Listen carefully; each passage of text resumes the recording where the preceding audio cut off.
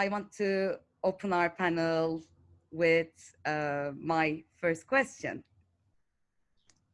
So from these consumer profiles that we just talked about, with changing or emerging shopping behaviors and habits of the post-COVID fashion consumers, would you say luxury and fashion retailers need to be paying the most attention to right now as lockdown eases?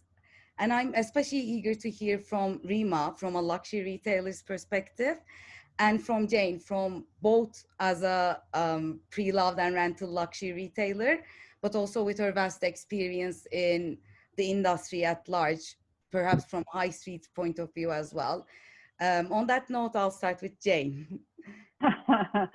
Thank you very much. Well, I think I love the categories that you've alighted on, but it does strike me that actually I'm kind of a bit of all of them, and I think a lot of people will be a little bit of all of them. And it also strikes me that people perhaps will sort of shop in different phases, almost in the same way that they did when the lockdown happened. You know, so people started off being, it sounds terrible, but almost quite excited by the prospect of hunkering down, and it's that sort of change to boredom and the sort of sense of ennui that we have now. I think you've probably got to pay attention to all of these people, is what I'm saying. As a pre-loved and as a rental purveyor, I think for me, clearly the anti-consumptionist is worth talking to, because we're all about not actually consuming, not actually buying stuff, but renting it. The ethical customer, of course, the balanced optimist, definitely. But for me as well, definitely the nostalgist as well, and the digital converter. Perhaps the one not so much is the Avenger, although, you know, I'm a highly sustainable shopper myself, and yet on Monday I went to a clothes shop and I bought something. So it definitely wasn't revenge shopping. It was just kind of, I don't know, it was something different. It was like a change in the terrible tedium that we've got used to. So I think we would be foolish to ignore any of these people. For me, clearly it's that big shift that a lot of people are talking about. Now, I don't know whether it's true or not, but a lot of people are talking about the fact that they have had time to reflect and to consider their lives, to consider their consumption, to consider the planet. And also, you know, the weather's been wonderful, so the planets look very beautiful. So I think that those sort of people, there are a lot of people who will be thinking that. But I think we've got to be quite careful and watch it as it sort of develops. But I do think that the emphasis and the focus for all of us must be on whatever path we take, that we need to make it interesting, exciting, and enticing for the consumer. Perfect. I actually want to highlight very quickly a very good point Jane made. There will, of course, also be hybrid consumers who share some of the attributes from each consumer profile. For instance, an Avenger shopper might want to shop digital only, or a nostalgist might also want to do a bit more sustainable choices. So that was a very good point that's worth highlighting. And then on that note, what would you say, Simon? I think what Jane was saying there was very interesting, especially about the crossover between the different groupings. I think you put on there. And, you know, I think one of the things that's really come out of this is that people have had time, and it's been a kind of great luxury. And people have also, it's made people think as well and look at their lives and what they actually want and need. And I think that's the two sort of things. And I think, you know, obviously there's always things that you just have to have, whether or not it's food or it's clothes to wear. But it's like, what are those items you actually want that become desirable, that actually people are buying into, and they're willing to pay like a higher price point at a luxury point to do it. And I really think that the brands that are going to come out of this that win are those ones that have really positioned themselves and really created that desire and that story about who they are. I know Tom's worked with a lot of different brands, and, you know, and with ourselves at Skywire, to actually create that real KPI. What is the key thing about that brand that people want? And so I think if brands have kind of maybe forgotten about that and just become another brand, they're the ones that will get left out in the sort of great shake-up post-COVID this year. So I think it's about that kind of want and need as well. But again, I think there'll be a real crossover across those groups, especially in the first kind of three, almost the ethical shopper, the anti-consumptionist, and the balanced optimist. People who have gone, actually, I don't need all of these things. When I'm going to buy something, I might spend more on it, but I'm really going to research it. I'm going to be looking for that information online. I'm going to be looking on social to understand what people are saying about it, to see who's wearing it and how the product's made, and really do that deep sort of dive into it and then go on and purchase it. And I guess as consumers, we'll all have appetite waves about shopping as well. But just because you said the desire to shop and the story around it, I want to pass it to Tom. As a creative director, how would you say that story can be crafted? It's a good question. I mean, I think it's one of those things that it's still, we're in the early stages of how do luxury brands translate their story online. It's always been, as everybody who works in the industry knows, it's very much a different set of rules effectively that apply to it.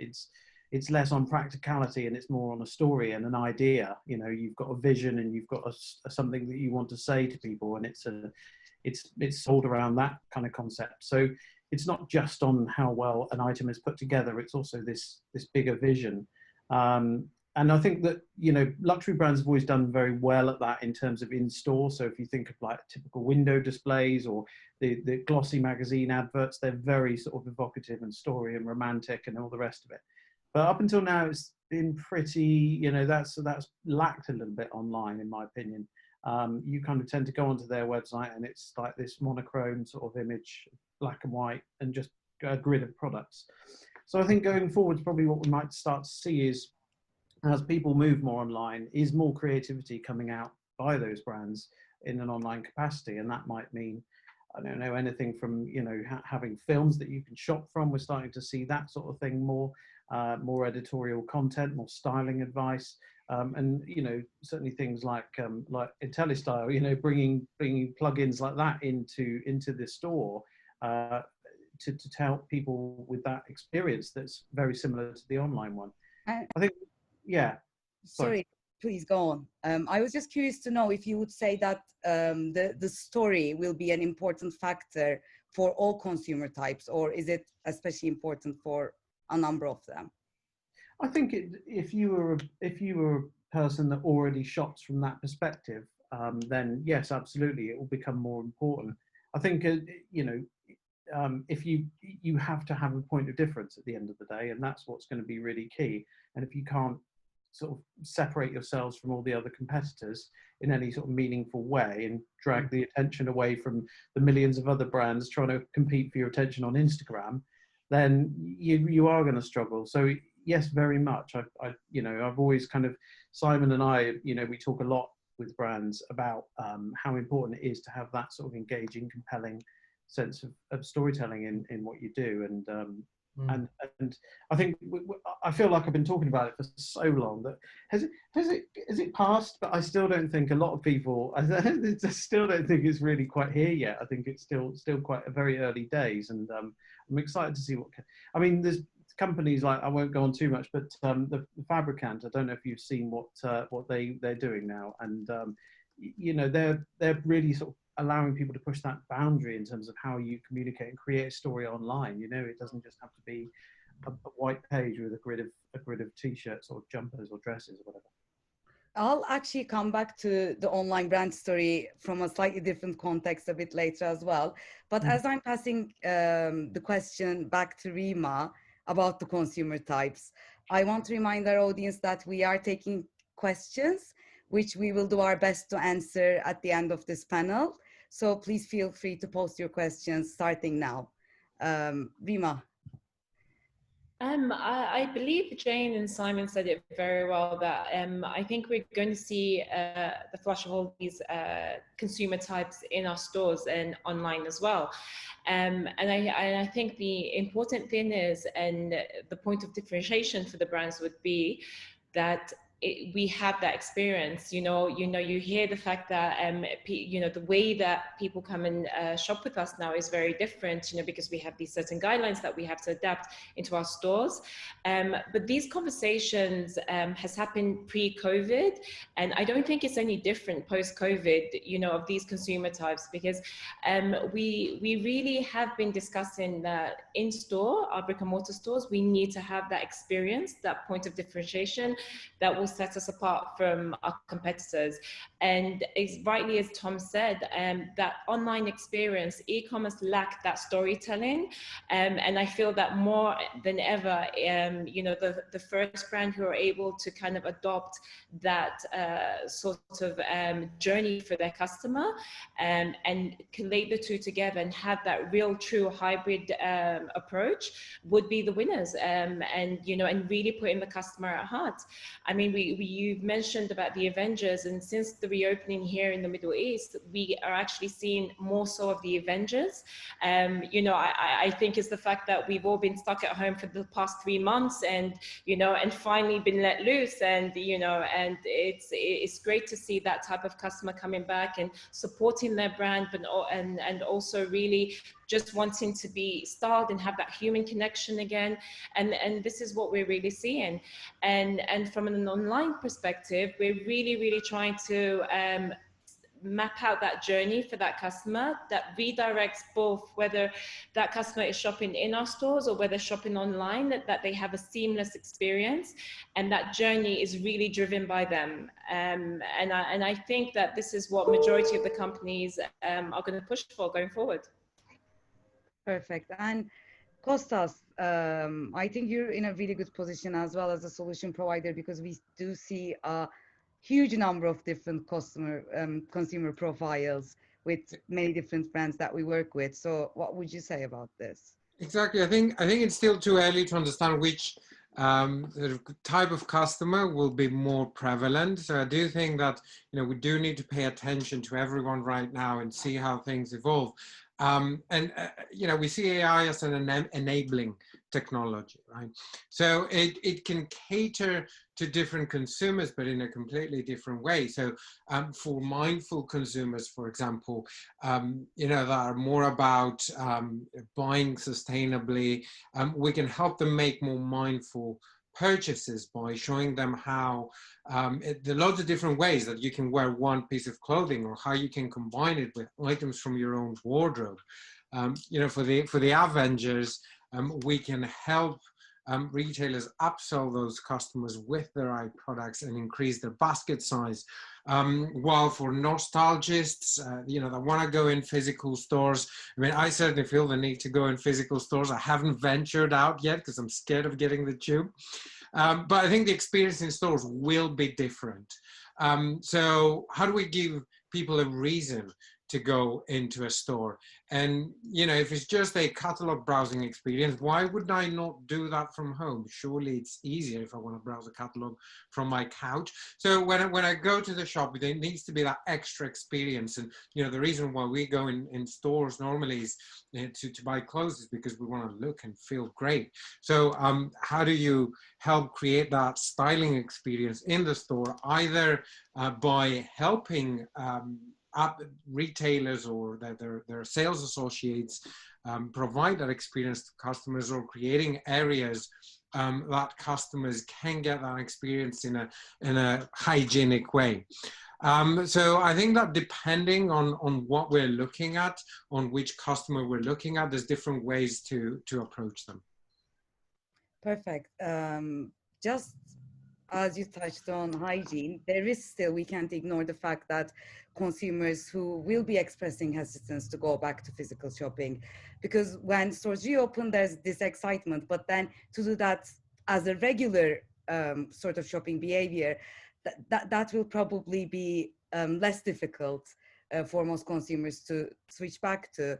And in this time, how can retailers, because Tom and Kostas and Jane and Rima and Tom, Simon, all of you touched on how the online experience feels a bit like a catalog at the moment, almost like a product catalog you browse. How can we make that experience almost compatible to the experience we had in the physical stores in the next 6 months to a year at least, until people feel more comfortable with having an experience in a physical space.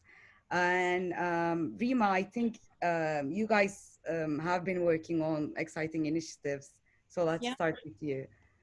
I mean, one of the things that we've launched recently is a virtual pop-up. It was one of the first in the Middle East. And actually, it wasn't a transactional pop-up, but it was more to kind of give our customers that sort of view of the pop-up and have that interaction without physically being there. So, you know, it was a very customized approach as well, because through that pop-up, you're able to book one-to-one appointments and have that one-to-one contact with the, well, lack of contact, but that virtual contact with a stylist. And what we've seen actually, and what's been really interesting, because our demographic type varies quite a lot, and we've seen the millennials really adapt very easily and able to seamlessly go through this journey, whereas our more mature clients have had difficulties. But the best thing out of that is that they've really been keen, and we've tried different approaches and how we can get them into that site, and this is where the relationship plays such a big part, and you know, within our frontliners and our customers. And then this interaction has been able to build them and be able to talk them, and we've actually got training tools on how to use the sites that we send out to our customers as well, which has been well received. So I think there's a lot of room to really relook at how we, you know, we do retail. Necessarily, you know, we have the ones that want to come to our stores, and then we have the experience for them in the store. And then, you know, we have the ones that obviously we're doing more clienteling, more home appointments. And I think that's more related to the market here and the culture here, more so than I would say, you know, in Europe itself. But I think clienteling has been a big focus for us for the, you know, for a while now. And I think it's just accelerated in this situation where it's more than ever, it shows that, you know, that meaningful relationship, you have to have meaningful relationship with your customers, and you have to have the data as well. I think we really forget how important data is and understanding our customers' behavior.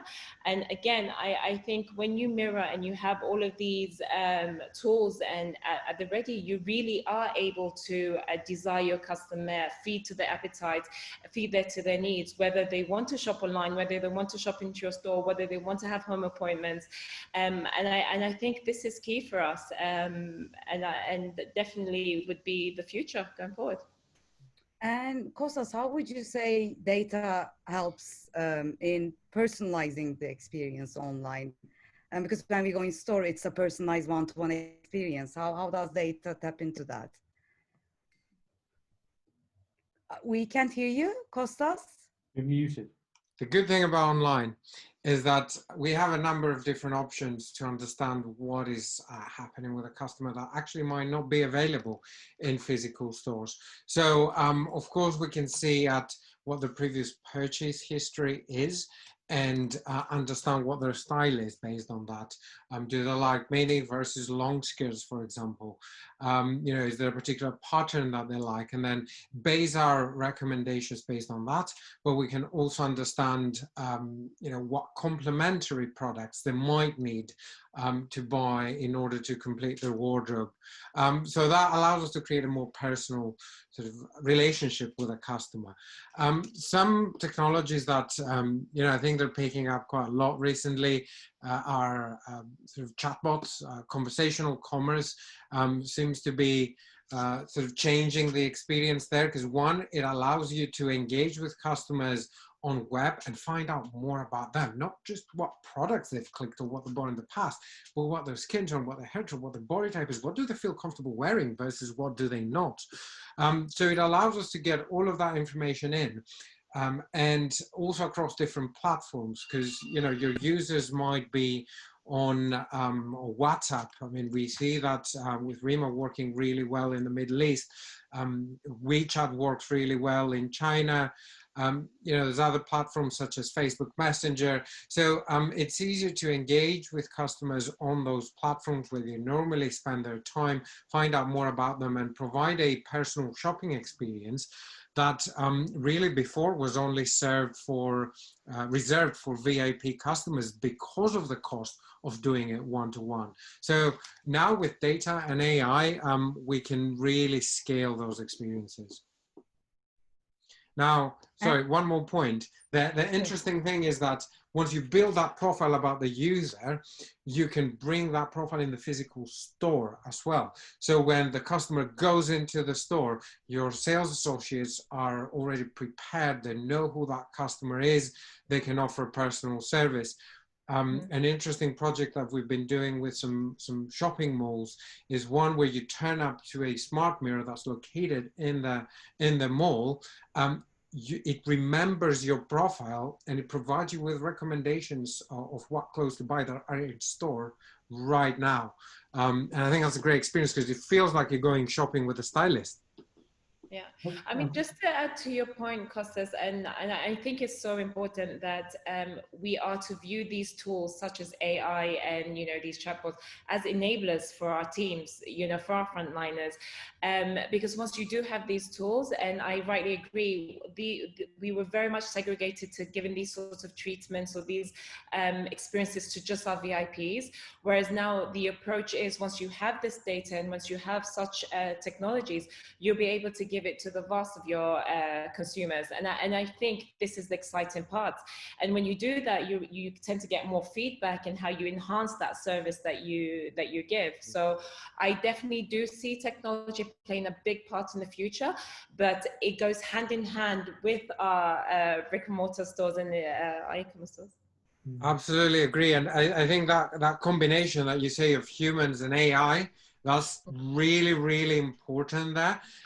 We were speaking to River Island a little while ago, and we found that, well, they found that they can increase basket size by 5 times when they're getting their customers to engage with human stylists. Now, if you compare that to purely automated systems, maybe you can increase basket size by 50%, maybe you can get to 100%, but when humans get in the loop, the experience feels so much more personal. Absolutely. I think that's a really important point. Just to jump in, that I think that of these things, I mean, I'm a digital native. I've only ever really known and operated in this industry as a result of web. But I think one of the things I've learned over the time is that people are still people at the end of the day. You know, what they really want is, you know, if technology is difficult to use or it's problematic or it's, you know, they're not going to get into a brand because they've got some great tech.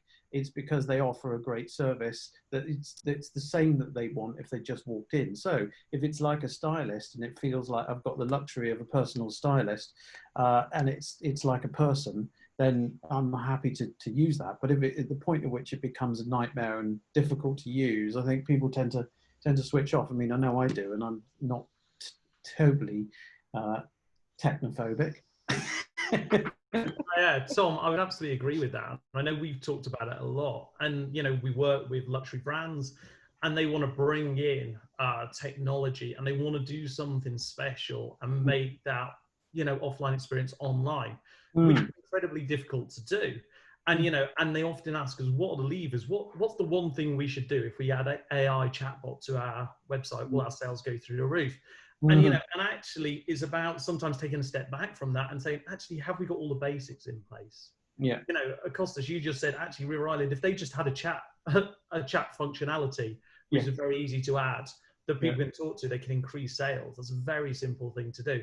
If they've got excellent delivery and time delivery that people want, that's a massive thing. If they've got a fast website that works really well and is really easy to use, once you've got those kind of core basics in place, then you can add on the technology, the AI elements that will really help scale your business and really move it from that. But I think sometimes it's key to get those kind of basics in place and then be able to add on this technology on top of it. And Jane, I think sorry. I was going to say you're running an online business, so I'm very eager to hear your thoughts. I think I think Simon's right that you've got to get the basics right first. I mean, to be very controversial, the only issue that I have as a fashion person with AI styling is that there's a danger that you get put into you end up in your little bubble like you do on Twitter and Facebook, and that you're just constantly, and with Amazon too, and that you're constantly being shown the same old stuff that you've worn time and time again, because that's what they know you want. I don't want that. I want something totally different. I want to be surprised. I want to experiment. I want to feel the joy of fashion. So I think that is a danger. I think you have to bring in the personal angle combined with that.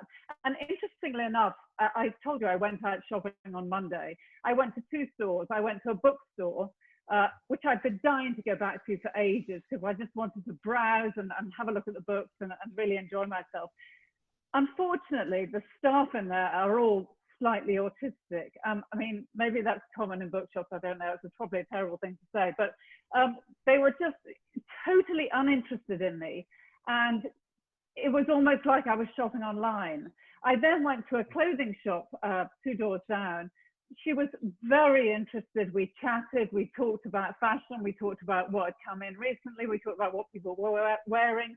And immediately I felt I wanted to buy something because of that connection that we had with each other. And the other thing that I think is really fascinating at the moment is that the whole, you know, we need to see more trends and more styling ideas. Normally we would be out on the street, we would be seeing this all the time. I'd be on the tube, I'd be watching people constantly. I'd be thinking, okay, there's another woman wearing a long check dress with a big pair of boots. Okay, that's kind of the thing at the moment, if you like. I'm not seeing that at the moment. I actually have no idea really what people are wearing out there, you know, apart from what I'm seeing on websites. And as Tom said earlier, that can be kind of quite dry and it doesn't really feel engaging. I think you kind of have to bring in that personal element. I think the whole styling thing, I think live streaming in its kind of rawest form is effective because it feels real. And I think at the moment it's kind of the real stuff that we want to see. I think it is good, and I think one of the things I like you said, Jane, is that what makes fashion exciting is that it's in some way it's a barometer for sort of society, isn't it? You can see how people are dressing, and it's reflective of culture in many ways. And you know, you only need to look at sort of the most successful brands like the Off-Whites, the Balenciagas, you know, those kind of really far out kind of where there's this huge amount of expressionism going on, where people are now, you know, they're cutting things off the jackets and, you know, building them themselves to a certain extent. And I think that's reflective, you know, there's a whole rebellion going on in the States at the moment, well, around the world now, isn't there? Yeah. And it's kind of, it is that thing that people don't want to fit into these kind of same panels all the time. And when you sort of boil it right down to the very, you know, what that essentially means, it's that, you know, we are individuals, and, you know, we've all got our own tastes and ideas, and, you know, and if we just kept getting the same thing rammed down our throats, we essentially just get bored. And that includes for brands. So I think, you know, in the same way that Spotify, for me, is one of the most incredible brands in their terms of what they're doing with their AI. I mean, I'm a huge music fan, and most of the time I don't know what I'm listening to anymore because I just put Spotify recommendations on, because it's over the last 8 years or whatever it is that I've been using Spotify, it's just got to know me that well that it just predicts stuff that I've never heard this, but it's bloody great. I love it, you know. And so I think that it's time that sort of thing happened for other areas of industry as well. Exactly. Kostas, go on. I was going to say that's a good point, and you know what Jane said around, hey, does it show me all the time the same stuff? Does it put me in a bubble? That's very interesting, because we got some feedback like that about 3 years ago when we launched a B2C app. So we were talking to consumers, we were helping consumers find the right clothes. So one of the things that we did is, you know, to make it more like Spotify effectively, was introduce this serendipity element. So sometimes you would just get something random and we'd get your reaction to it, or sometimes we'd get you know, what's trending, and just kind of presented to you and get your reaction to it. And in that way, we're trying to bring a little bit of trends, a little bit of randomness, and a little bit of your own self, and create a personal feed, and sort of recreate that sort of feeling that you get of, you know, getting new stuff, finding new stuff. But I agree that, you know, if you are gonna get inspired, you need to be seeing people wearing that stuff. It needs to feel part of the society that you're in. And I think social media in that respect has a big role to play, because I think a lot of the imagery that we see there influences us. And I think so that's probably quite an interesting one as well, about the way that social media is kind of going and sort of trends you're seeing. And I notice a lot that's happening, sort of, especially from Asia and China especially, is that actually people's websites and brands' websites are becoming very secondary to their kind of social media channels. And, you know, WeChat or Little Red Book, and I know Facebook over here have just launched their own sort of storefronts that they can use. Whereas actually they're keeping you in their network. So if it's Little Red Book in China, you know, it's a social media network where you can see trends, you can see what other people are wearing and see recommendations, but then also purchase all in the same area without even going to a brand website. And seeing almost their sort of brand messages is actually more inspired by Lux trends, what people are wearing and doing. And it will be interesting to see how that changes over time. And, you know, both Jane and Tom talked there about actually seeing people, and it's about what trends you're seeing and what fashion you're doing. And, you know, and there is an element that on Facebook or Instagram, you're in your own little bubble and you only see what your friends wear or what people like. But I guess it's kind of like, how can brands, or how can we as an industry start introducing some kind of social element, commerce element into that to actually inspire people to sort of go through and purchase. Exactly. I think that the fascinating thing about that as well is that Instagram recently, of course, nobody's really wanted to be up there showing that they've bought lots of new clothes. So that what they've been doing is they've been showing themselves wearing last year's jacket, last year's trousers, etc. And aren't they great for doing so? So you see, we're still not really seeing what's happening. And it's funny because as someone who sort of looks for trend all their life, you always look at the sort of the fringes of society, and you see things bubbling up that look a little bit ugly to begin with, that suddenly, you know, over time become more acceptable. And there's just like a total dearth of that. You don't see that at all right now, which is kind of a weird thing. On that note though, okay, we've created the inspiration in the online space, but how can retailers add value to their proposition so that when the novelty of it wears off, we can increase the lifetime value of our customers? What are the best ways to work on additional value as a retention strategy and as an acquisition strategy through recovery and further? I believe we've touched on that in the sense, you know, what everyone has been saying in terms of making sure you have the data. We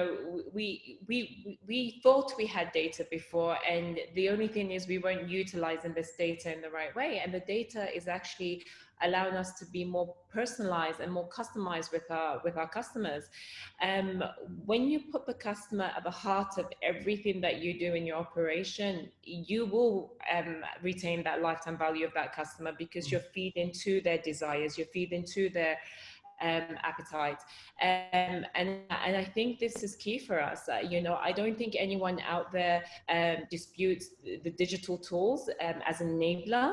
And at the same time, that we really do need that human touch, that human aspect of it, that you continually build that relationship. And I think that the brands who focus on that and has the combination of both, are the ones who are going to be able to retain that customer and actually take a bit more of that market share out there.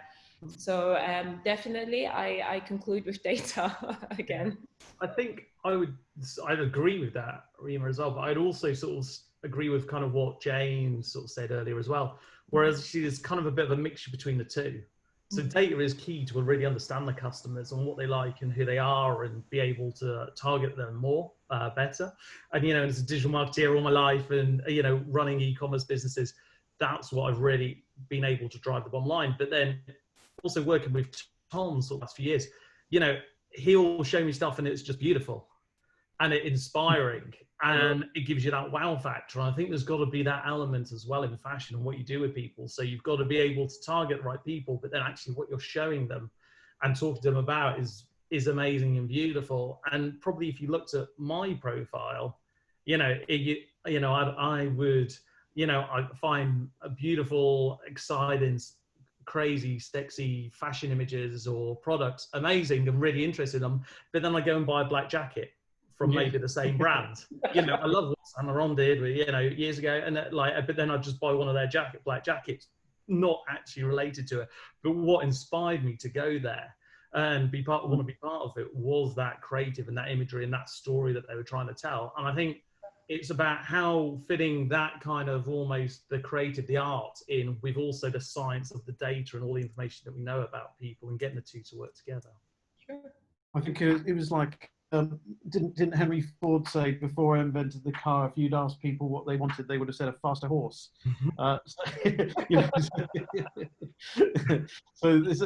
You know, they weren't expecting a car, so it has to come from somewhere. So like Si says, I was reading something the other day, I think I mentioned it to you guys before, which is there's three kind of pillars I think that a lot of brands draw on, which is science, art and craft. And the science is kind of that data which they use to put the information together and know how to talk to their customer. But the art is the sort of where it has to stem from in many ways. And then the craft is their ability to execute and make it work in terms of, you know, the deliverable and the distribution and, you know, the returns and all the service and everything that goes with it. So that, yeah, I think, like Simon says, there's kind of three key elements, but data undoubtedly is becoming more and more kind of, you know, one of the most important things that in what we do today, yeah. I think in terms of long-term loyalty, you really have to study your customer and make sure that your values appear to be aligned to their values. I think that's really important, and probably even more important now, or certainly has been important over the lockdown period. And I think you asked us the other day which brands that we saw had done this well, or had sort of, you know, held on to their customers, or had created that sense of loyalty. And I think Gucci is probably quite good at it, I think. You know, throughout the lockdown, throughout the Black Lives Matter protests, you know, they've taken a very different stance. They've got their Gucci change makers. They've got all these incredibly diverse students working on projects for them. I think they've made a real effort to sort of keep those customers, young customers as they are, but to keep them sort of for a lifetime, just because those customers feel that Gucci is absolutely aligned with the values that they hold dear. And I think probably for long-term loyalty, you need to make sure that you've really considered that, and to really focus on those customers who have the same values as you do. It is about, I think, as you said, long-term loyalty, customer lifetime value, about seeing that the brand puts in the effort, either via technology or human resources, to really get to know you, not as a part of a big group, but you, the individual. And on that note, Kostas. I think that's a very valid point. I'm very glad you made that point, because I think, you know, in order to sort of drive that increase in lifetime value, actually now, immediately, it's key to engage in that dialogue with your customers and actively reach out to them. So it's important that you have, you know, your sales staff reaching out. Is not about customers coming in anymore or waiting for customers to come in, us inbound. It's about reaching out to them and saying, hey, how can I help you? How can I drive this conversation and make it relevant to your needs right now, and, you know, nurture that relationship. So I think that's also very key, which is a very, very different approach to what we've been used so far. That has been very much about a customer walking into a store. Exactly. I'm really enjoying this conversation as an audience myself. So it's breaking my heart to break this up, but I do want to address the questions that have been coming from our audience. So perhaps we should all get back together in a couple months' time and review how it turned out to be actually recovery. So I want to prioritize the topics that got mentioned on repeat. And one of them is about supporting the customers online with customer service. Our audience is asking about how can customer service in a digital space feel similar to the customer service you get in a store? And yeah, basically, how do you create it online? And also maybe Skywire and Intelistyle can give a bit of insight into the progress of setting up that customer experience.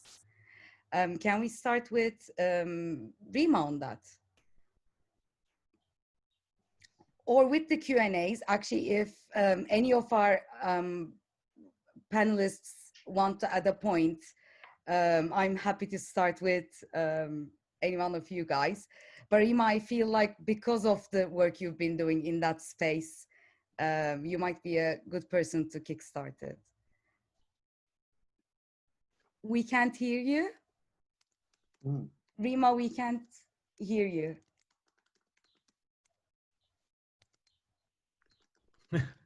Unfortunately, we can't hear you. I'll just give Rima a minute in case there's a problem with her audio. What would you say, Jane, from actually a perspective of rental luxury where customer service is very important? Jane, we can't hear you, but I believe you're on mute. Yes, it's super important actually, and that's probably why we decided to open a physical space as well as our online, to give people the option of whether they want to actually come and visit us in person and try something on and talk to us about it, or whether they want to do it through the platform. To be honest with you, at the moment, we're a small enough business that if somebody wants a personal conversation with us, we have stylists that they can talk to. And at the moment, that's really, really important because it's early days for rental. It's kind of a new part of the industry. And trust is the most important thing. So you getting the right piece of the right garment for your occasion or whatever is kind of super important. So that's what we have a chat bot line as well. We also WhatsApp our customers, and we also have styling sessions on Insta Live just to help them to sort of put things together or make suggestions for particular events and what have you. Because, well, at the moment, the most important event is what to wear for a Zoom call. Exactly. Absolutely. Actually, on that note, when you get to a point in your business where you've grown, so you can't actually one-to-one the customer service at a high level of quality that's expected, how do you scale that? And this goes to both Skywire and Intelistyle from how do we set that up in an online space context? I think what Jane mentioned earlier around live streaming is a great one. This is hugely successful in China. And for me, the big question is it really going to also be successful in this part of the world, or is it a cultural thing? But I do think that's certainly a hot technology right now. I think a lot of the points that I mentioned earlier around sort of bringing together AI and sort of customer service. A number of brands use customer service assistants that are not expert stylists, right? And speaking to brands, they tell us that there's a huge cost to employing stylists. So we see AI as an enabler for these people to understand how they need to style their customers and do it in a much more effective way. So the AI can even provide them tips on how to explain to a particular customer why they've been styled like this. So that I think is a big part in bringing customers and AI to scale this. There's other technologies such as 3D. body scanning, fitting technologies, all of that stuff. I think all of this holds great promise for the future, but anything that I've seen that has to do with 3D and fitting just doesn't work, because it's great for a video game, but I mean, for fashion, it's gonna be exactly right. It's gonna be perfect. It's gonna look beautiful. And I think it's inspiring. It's not there yet. So I would encourage people to look for very, very practical solutions that work right now, even if they're lower tech. You know, that is important because they work. Yeah. Absolutely. And Simon was, yeah, you were saying about how you should get the basics right first. So what would you say the basics of customer service are? I think what Jane was saying there is really interesting, that actually when you're small enough that you can really have those personal relationships, and that's how you actually build out kind of longer term sort of lifetime value of customers. Because, you know, like Jane was saying, when she went into a store and she met the person, they had a chat, they got to know each other, she wanted to purchase from, she's probably going to go back. They'll hopefully build up a relationship over time. Well, actually, online it's slightly harder, but it can be done.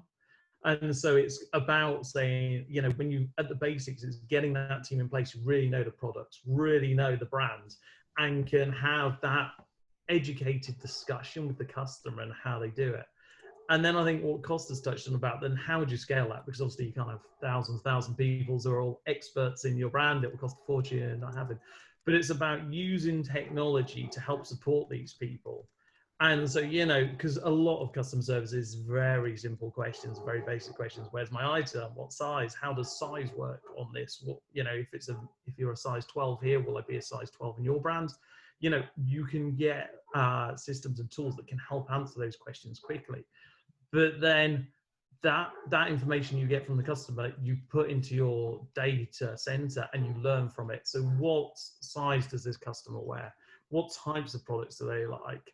And then when it does come to that personal touch, they already know a lot about this customer and their needs and their wants. And then they can build a bit of a personal relationship and add that information on top of it. And then you can make it scale.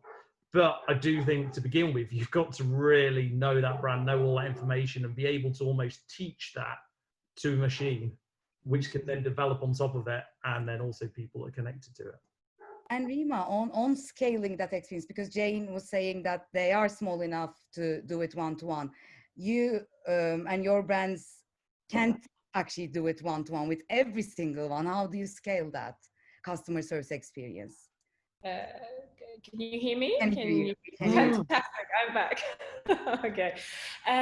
No, I think Simon really touched on a good point. And, you know, if you're fortunate enough to have that one-to-one relationship and build on that, it's amazing. But when you're talking about 45,000 customers, you know, it's a completely different ballgame. And to be honest with you, we don't have the answers yet. We're still going through that journey. But definitely what we are looking at is having the tools that gives us the information that, you know, and I think one of the biggest thing is training the team. And it goes back to Tom's point about storytelling. We need to make sure that our customer service team are able to also storytell, be able to upsell, cross-sell, be able to give the information that the customer require, and that seamless experience we need to make sure that continues in the back end. And I think, you know, when it does come to customer service, I have not been impressed totally with what is out there right now, because there's always that bottleneck or that hindrance, and I think, you know, the first one to crack it would be the winner, you know, especially when you're talking about now with e-commerce coming to play, and accelerated, and with our brick and mortar stores. So definitely, I think the winning combination will making sure that we have the right tools that gives us that information, going back into data, but making sure that we do not lose that human connection when we are speaking to that customer. Nobody wants to speak to a robot, or no, you know, they want to have real time, they want to have that conversation, and they want to make sure that their needs are addressed Exactly. too. And Tom, building up on what Rima said, customer service is usually associated with negative experiences. How do you add a creative value to it? A bit on what Rima touched upon from a creative director's perspective. I think, I mean, customer service is one of the things I always ask about a brand about most is in some ways is you know, how are you going to provide a level of service that they will expect? They, you know, if you're spending 2-3 times the price on something that you would from a high street brand, or, you know, a more premium brand, and then you expect not just a better product, but you expect that service as well. So yeah, it's a hard thing to do. I mean, I think just being attentive is one of the main things, and just really sort of caring about the customer and paying attention to lots of detail. Making very clear that, you know, things like just getting a really good sizing chart and being able to do good measurements. And one of the things Net-a-Porter did a while ago is, you know, when you order anything from them, or you can even request it from them, it's just a tape measure in a in one of the orders, you know, so you can just measure yourself for future reference, and you know everything should come up the right size. But so it's those little things that, you know, you wouldn't you know, that is that thinking. It's again, it's I kind of come back to this thing of it's not necessarily technology. It starts with how can I do the best I can to support to help this person, and it comes from a sort of place of compassion, if anything, and then, you know, you use technology to enable that. You think, you know, what would be easier for a person to, you know, to do this. You know, and it shouldn't be just luxury brands, but luxury brands tend to think about it a lot more because they have that time, because they're, you know, the budgets are higher, and therefore the amount of time you can put into things is high. So I'd say, you know, think about that. You know, yeah, providing live chat. If you're going to do a chat bot, do it, but do it well, to the point that, you know, it really does provide a useful source, rather than, you know, don't just do it because it's cool, or because they're cheaper than having staff on hand. Make sure that it can actually get the answers to the customers that they want. And I think going forward, personalization is going to be the next thing, isn't it? It's really, people talking about it for ages, but being able to sort of really get to know the customer and act like, you know, the old adage of being able to walk into the bakery when you live in the local village and he knows exactly what bread you want. You know, it's doing that for clothing, really. And I think it will have to trickle down from luxury to fast fashion, high street, and across all business models. It's just about finding a more cost-effective yet creative way for brands to have huge volumes of transactions and customer inquiries. Yeah. We're running out of time. We do have questions from our audience that we weren't able to answer. Please get in touch with us. And any questions that we weren't able to cover, we will be very happy to get back to you. Also, if you want to discuss any of the consumer profiles in more detail, again, please get in touch. We'll be very happy to do that. As a closing note, can I get a one-liner advice from each panelist? What is your advice to fashion and luxury brands, if you could give just one advice during recovery? That doesn't have to be impressive. I made it sound too big. One sentence. Yeah. I think now is the time to innovate, as opposed to be frozen by what's happening around us. So try out new things. Perfect. I think I think you should be genuine. I think what's required is authenticity, people being genuine, people doing and saying and valuing exactly what they think is right. Simon? Ensure that you are covering all your basics, then innovate, but make sure you're doing it all authentically. Tom? And I would say, yeah, from that, consider everything from the person's perspective first of all. Yeah, just think, how can I help the customer best? Rima? I think is the fact that you put your people, which are your team, and your customer at heart, and definitely innovate and be bold. Just, you know, take the risk now. Lovely. Thank you to all our panelists again for making the time from their busy schedules, and all our audience for being here with us. Any conversations that you want to have, please get in touch. And thank you for joining us. Thank you very much. Thanks, everyone.